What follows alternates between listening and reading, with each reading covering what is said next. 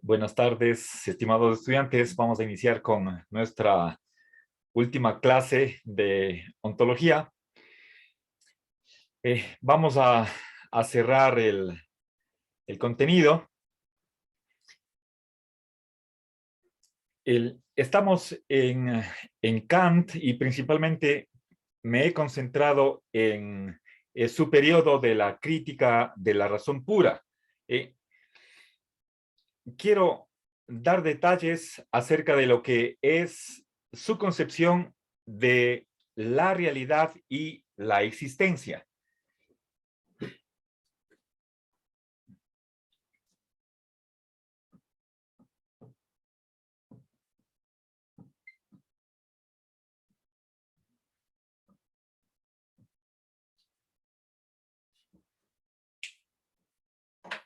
Bien. A ver, les decía que su concepción de lo que es la realidad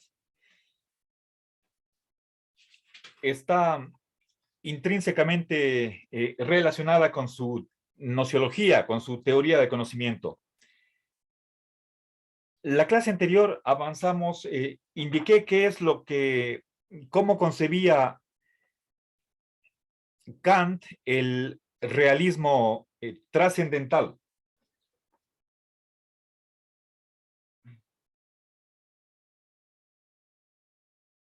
A ver, ahora para completar la distinción entre realismo e idealismo, voy a exponer qué es el idealismo trascendental.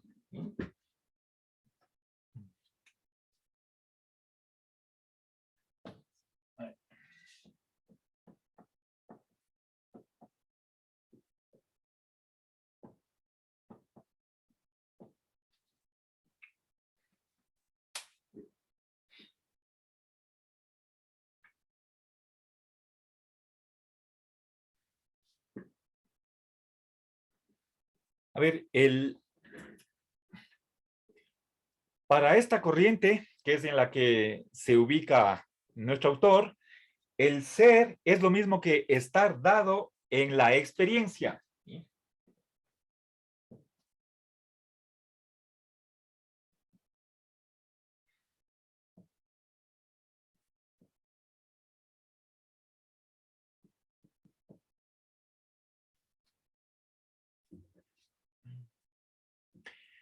Y lo único que existe es lo fenoménico, la experiencia. ¿Sí?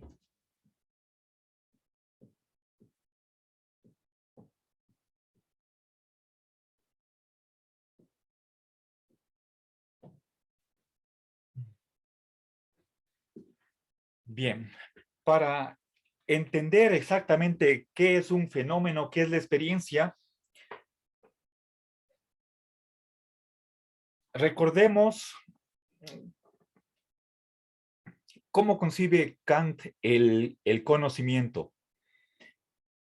Quiero referirme a lo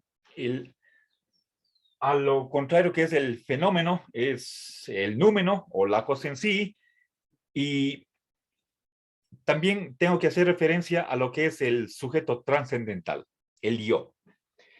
Bueno, entonces, empecemos. En primer lugar, hay un supuesto de que la cosa en sí misma nos da ciertos datos, proporciona ciertos datos. ¿Sí? Pero, a ver.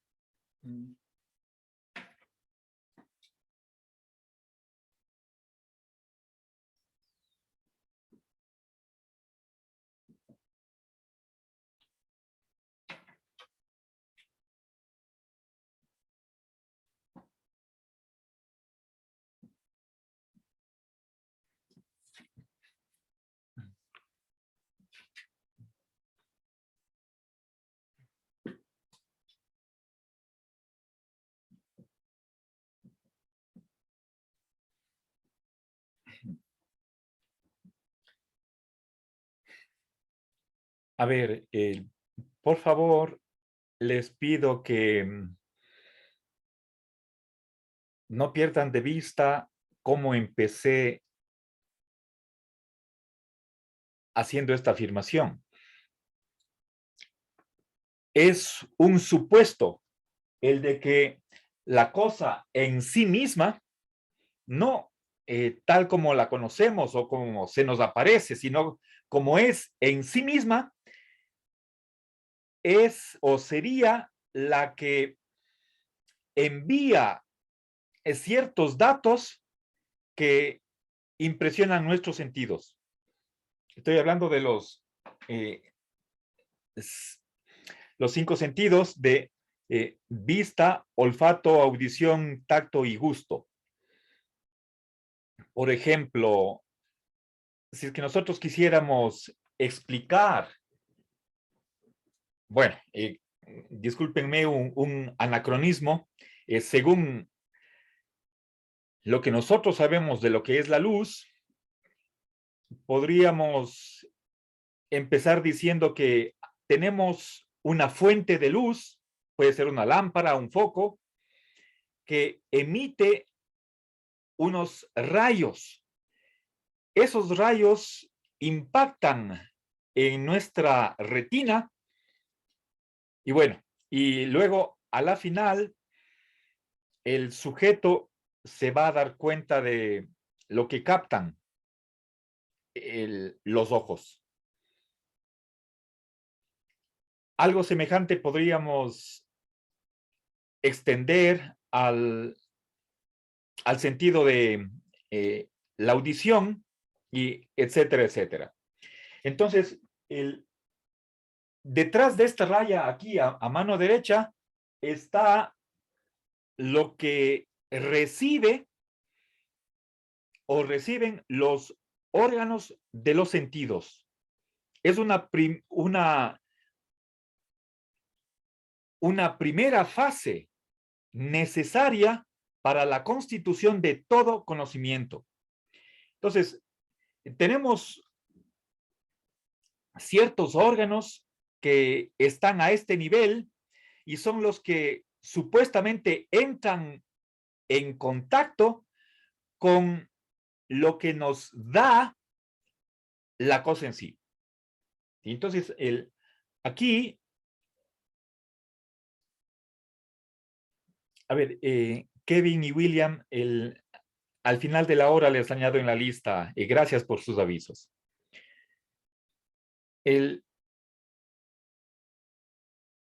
Decía que la sensibilidad es la que recibe lo dado, pero eso podemos ponerle entre comillas, por la cosa en sí.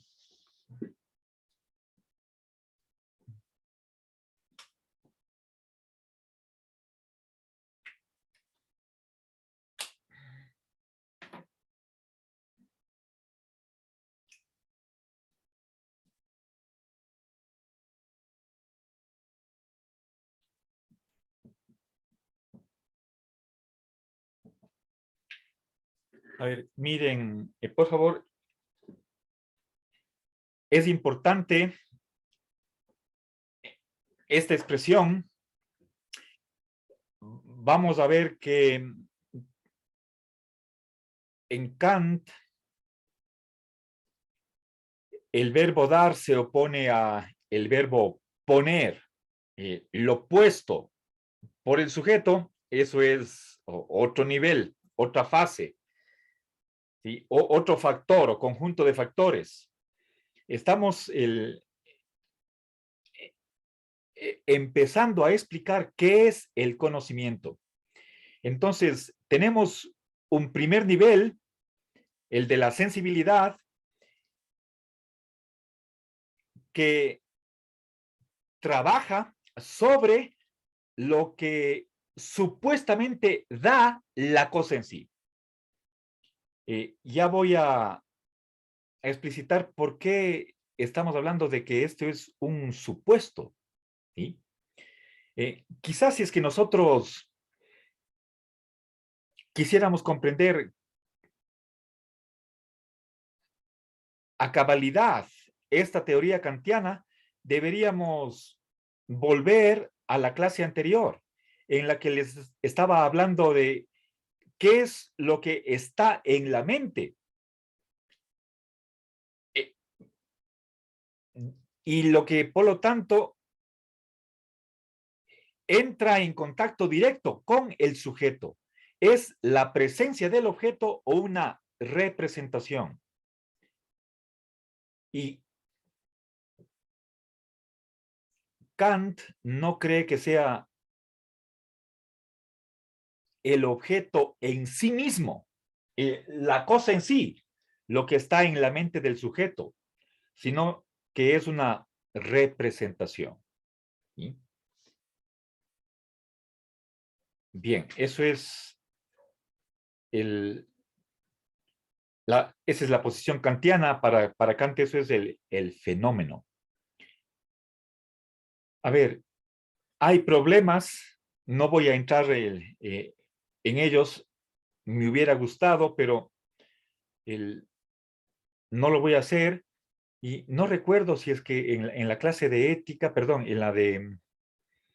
claro, en la de ética, cuando vimos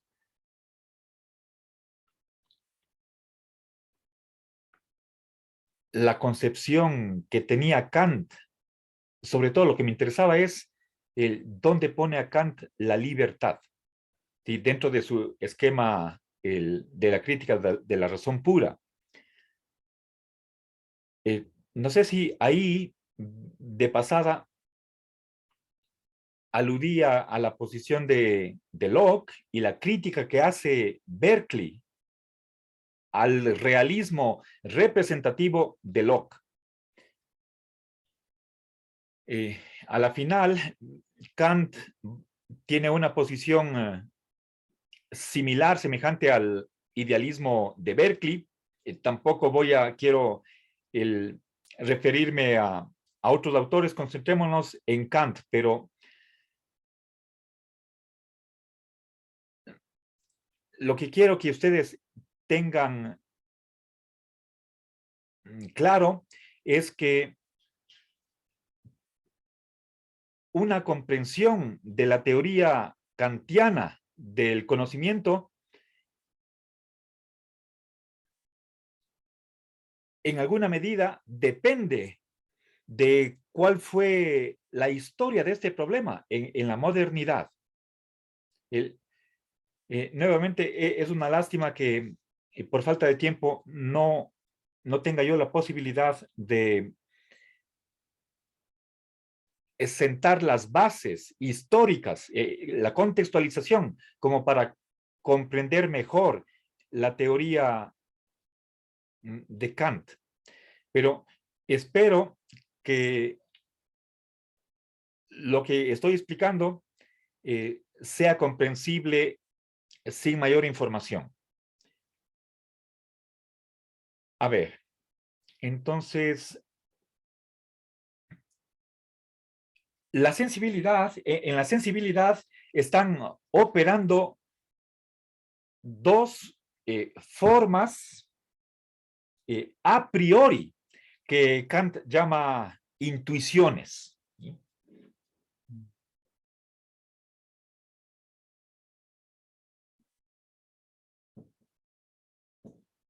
Y son el espacio y el tiempo. ¿Sí?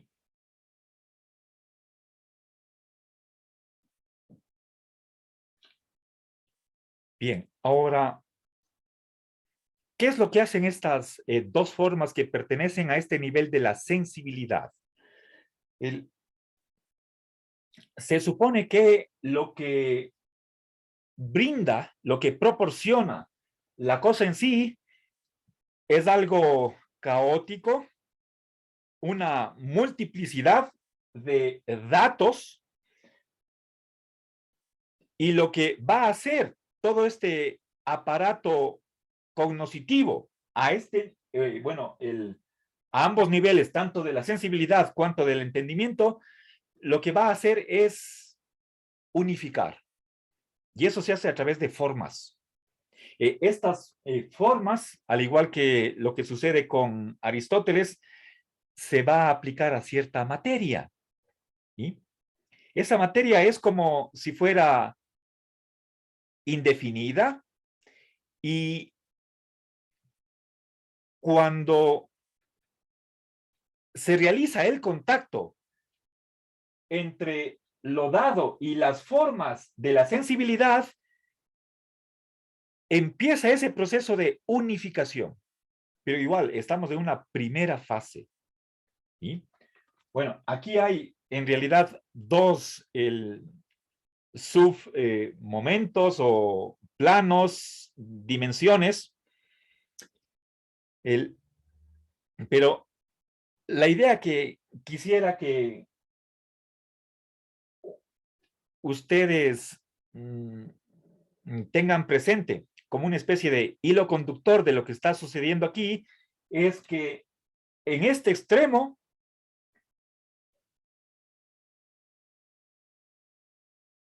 de la cosa en sí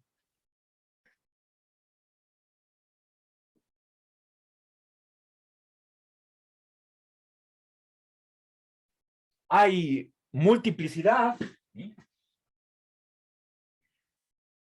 O pongamos, más bien, es algo indefinido, algo caótico, y que recién cuando este material que es aportado por la cosa en sí entra con estas formas, empieza un poner en orden lo que está de manera indefinida, que nos llega desde afuera, supuestamente. ¿Sí? Ahora,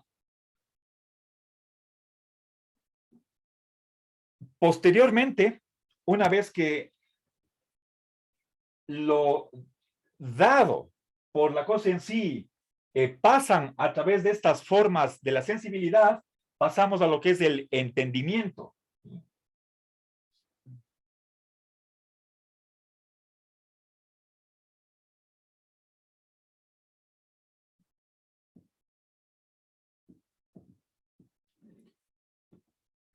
Y aquí tenemos nosotros las categorías, 12 categorías.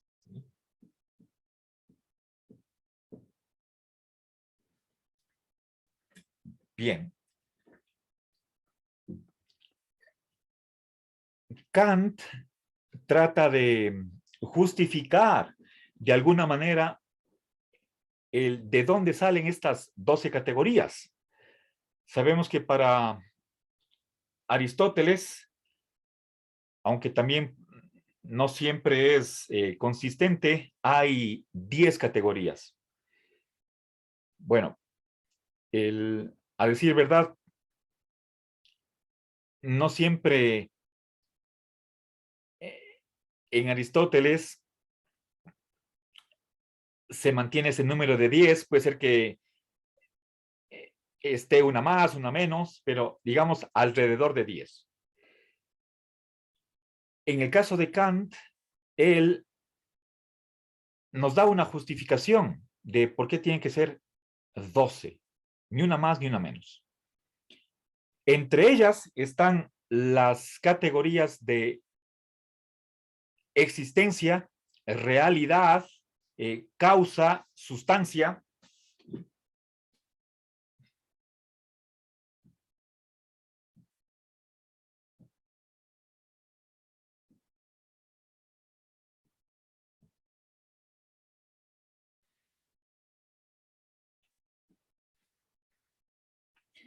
Bien, no voy a enumerar todas. También Kant las denomina conceptos.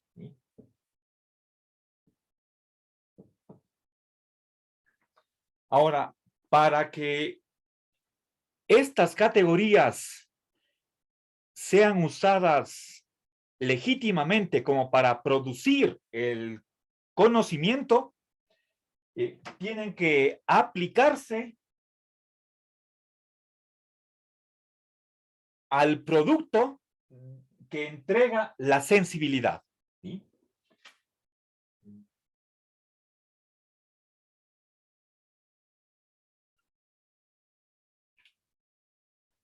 A ver, es decir, estos conceptos, los 12 conceptos del entendimiento, no pueden aplicarse a la cosa en sí, sino a lo que va a entregar la sensibilidad. Es decir, aplicar estas intuiciones de espacio y tiempo a lo que supuestamente nos da la cosa en sí. Bien, esto es un contenido empírico y a ese contenido se van a aplicar cada una de las 12 categorías. Esto es el único uso legítimo, un uso empírico de las categorías.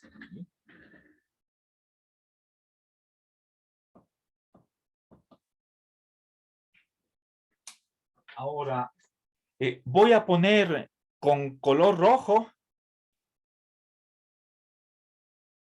la aplicación de estas categorías a la cosa en sí. Con rojo para indicar que eso no está permitido.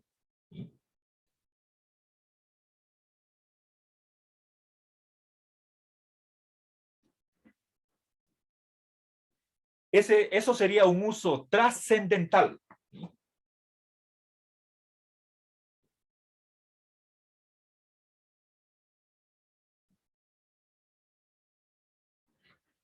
Y para que quede más claro, voy a poner una X tachando esta línea para decir que no es cognitivamente posible.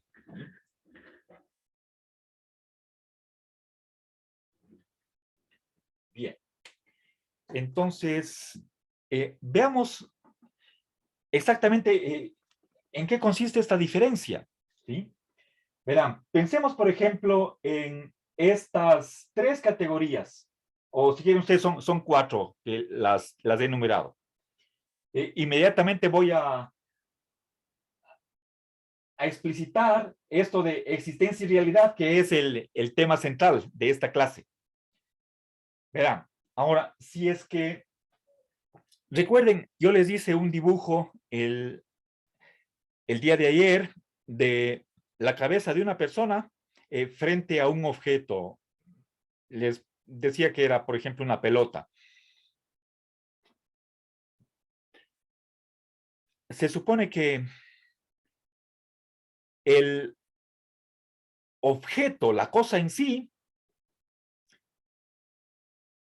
manda algunas señales, alguna información que en primer lugar es captada por la sensibilidad. Ahora,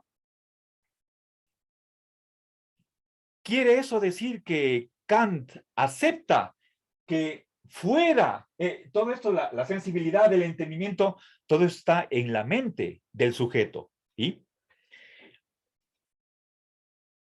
Estoy hablando utilizando terminología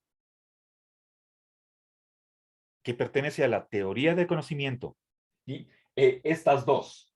En cambio, esto de la cosa en sí, eso es algo metafísico, o si quieren, la ontología. Ahora,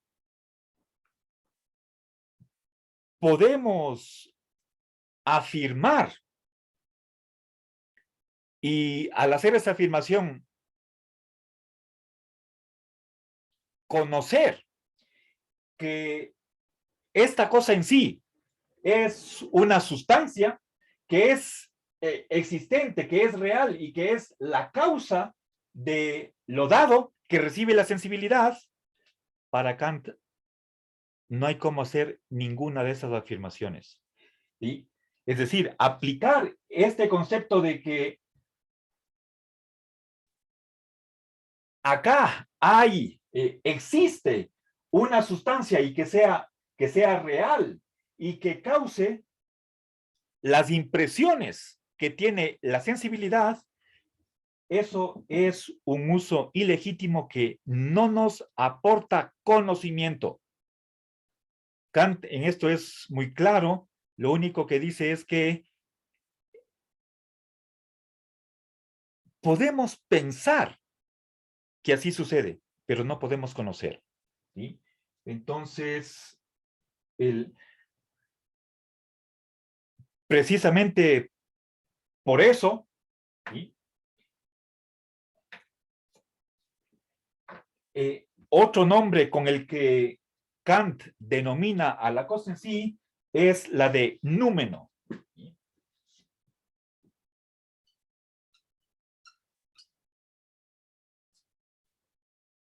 ¿Y qué significa númeno? Es un participio pasado del verbo noein, que significa pensar. Por lo tanto, númeno significa lo pensado. ¿Sí?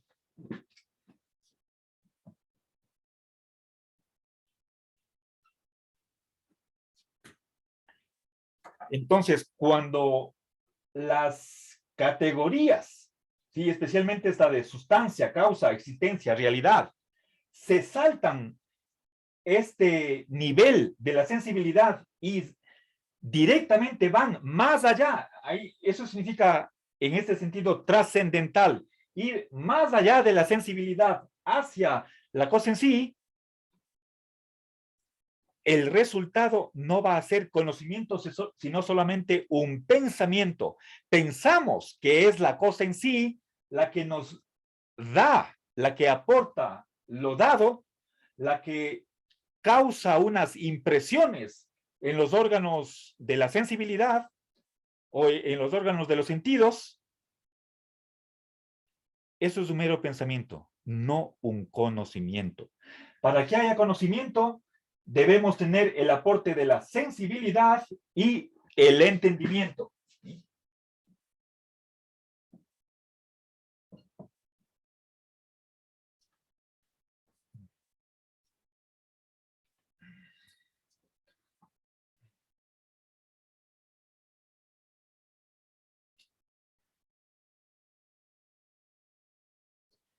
Bien, entonces acá está el fenómeno.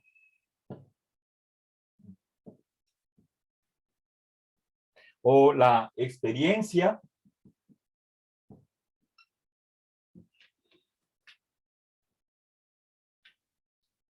la representación, ¿sí?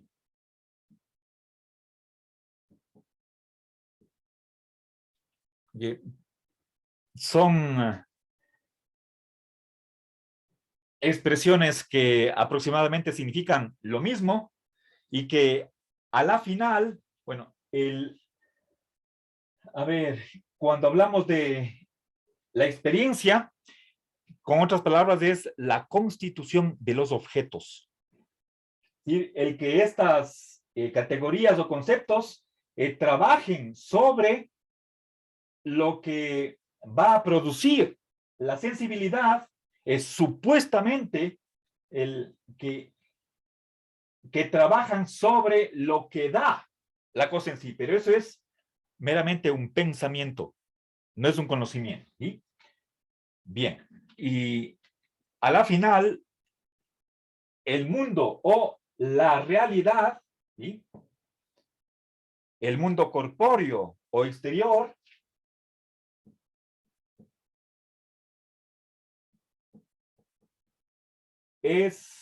se reduce simplemente a una experiencia. ¿Sí? Bien. A ver.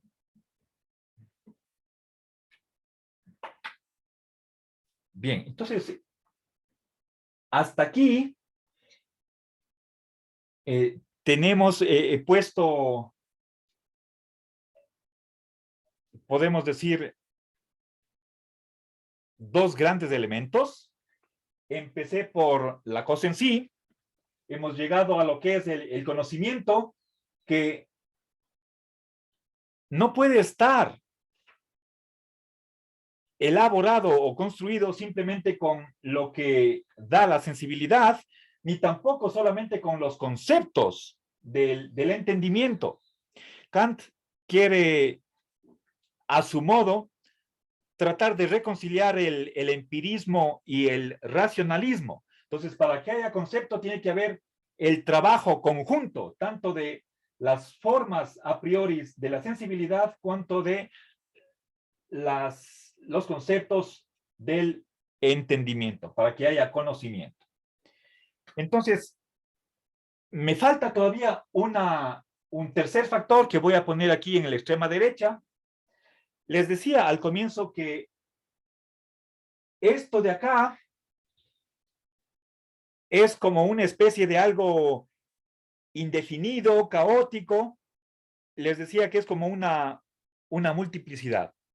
Y que tanto estas intuiciones como las categorías lo que hacen es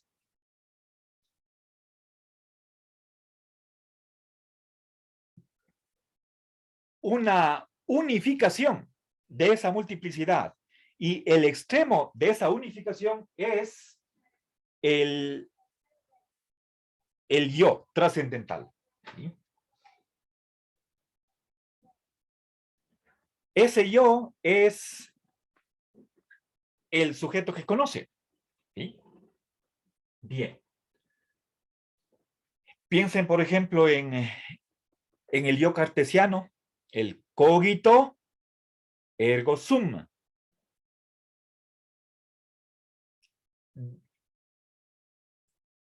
Detrás del conocimiento está alguien que conoce. Ese es el yo trascendental. O si quieren también con otra palabra es la apercepción. El quien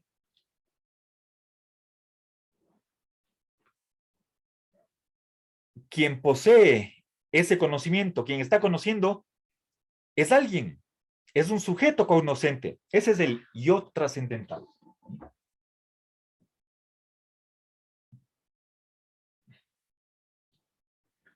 Pero Kant en esto también es muy claro,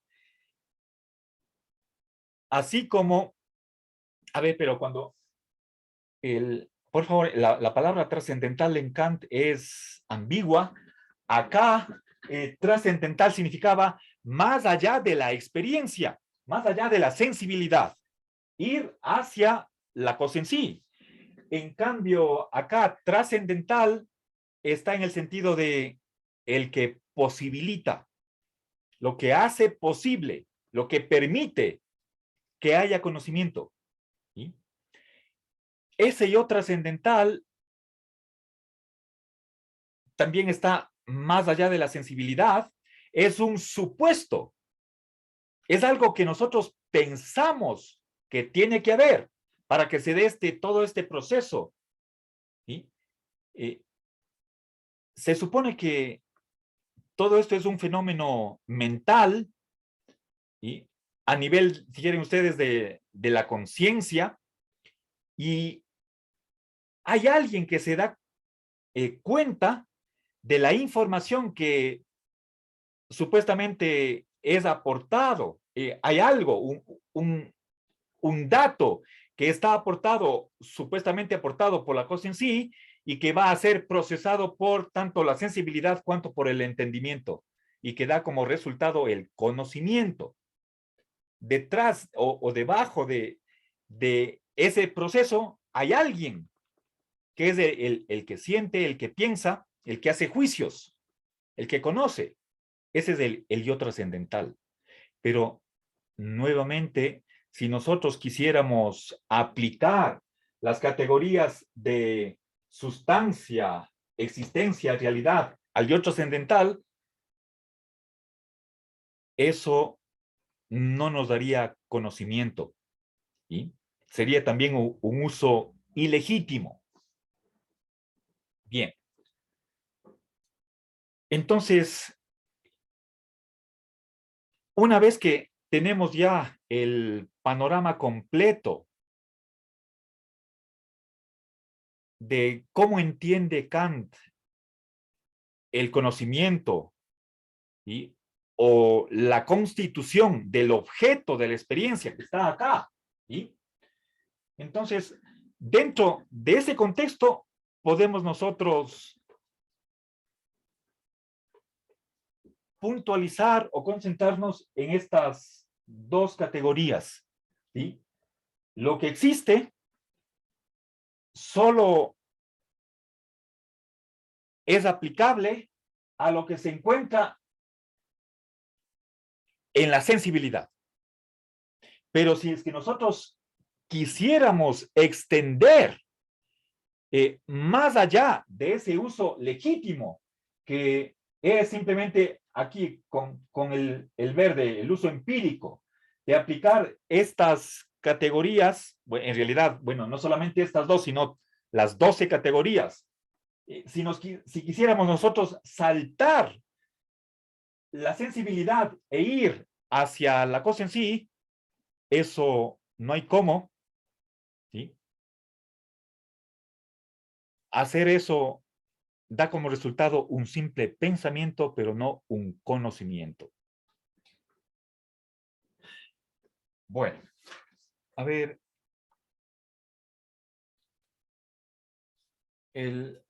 Entonces, la posición kantiana con respecto a la realidad, les leo unas citas de la crítica de la razón pura.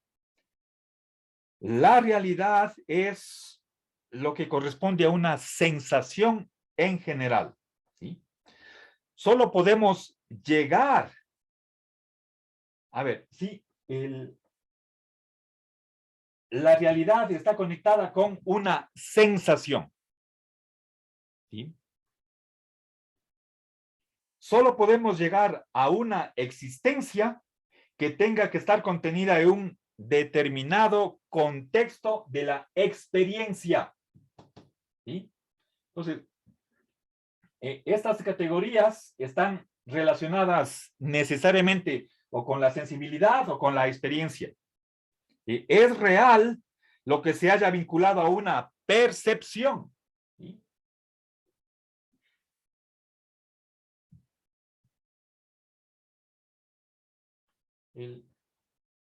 Finalmente, dice, todos los objetos de la experiencia, objetos de la experiencia están acá, que nos es posible, no son otra cosa que fenómenos.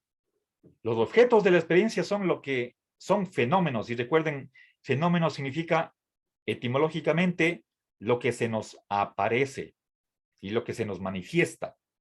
Es decir, simples representaciones, ¿sí? Los objetos de la experiencia son simples representaciones que no poseen existencia propia independientemente de nuestros pensamientos. Bueno,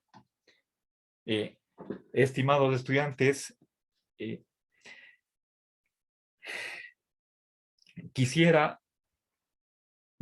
hubiera querido explicar algo más de para cerrar el programa, el último subpunto, que era la cuestión de la polémica que tuvo Quine con el neopositivismo, especialmente con Carnap, sobre la metafísica, pero lastimosamente ya no ha sido posible, se me terminó el tiempo, pero por lo menos ustedes habrán procesado ese texto y por ello reportaré en el avance del sílabo que ustedes hicieron ese trabajo, aunque a mí personalmente me faltó tiempo como para poder explicarlo en clase.